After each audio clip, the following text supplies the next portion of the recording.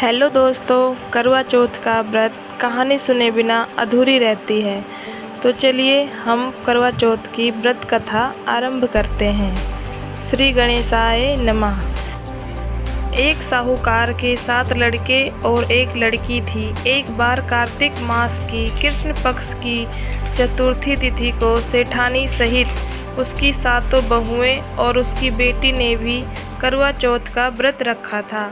रात्रि के समय जब साहूकार के सभी लड़के भोजन करने बैठे तो उन्होंने अपनी बहन से भी भोजन करने के लिए कहा। इस पर बहन ने कहा, भाई अभी चांद नहीं निकला है, चांद निकलने पर उसे अर्घ देकर ही मैं आज भोजन करूंगी। साहूकार के बेटे अपनी बहन से बहुत प्रेम करते थे। उन्हें अपनी बहन का भूख से व्याकुल चेहरा देख के बेहद दुख हुआ। साहूकार के बेटे नगर के बाहर चले गए और वहां एक पेड़ पर चढ़कर अग्नि जला दी।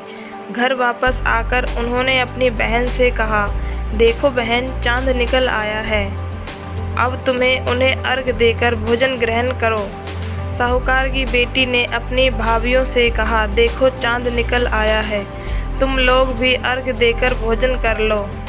ननद की बात सुनकर भाइयों ने कहा, अभी चांद नहीं निकला है, तुम्हारे भाई धोखे से अग्नि जलाकर उसके प्रकाश को चांद के रूप में तुम्हें दिखा रहे हैं।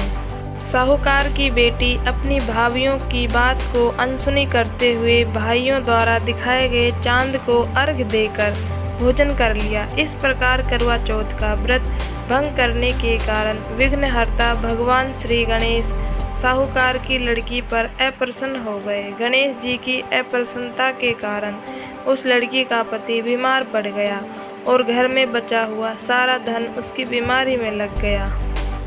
साहूकार की बेटी को जब अपने किए हुए दोषों का पता लगा तो उसे बहुत पश्चाताप हुआ। उसने गणेश जी से क्षमा प्रार्थना की और फिर से विधि विधान पूर्वक चतुर्थी का व्रत शुरू कर दिया। उसने उपस्थित सभी लोगों का श्रद्धानुसार आदर किया और तदुपरांत उसने आशीर्वाद ग्रहण किया।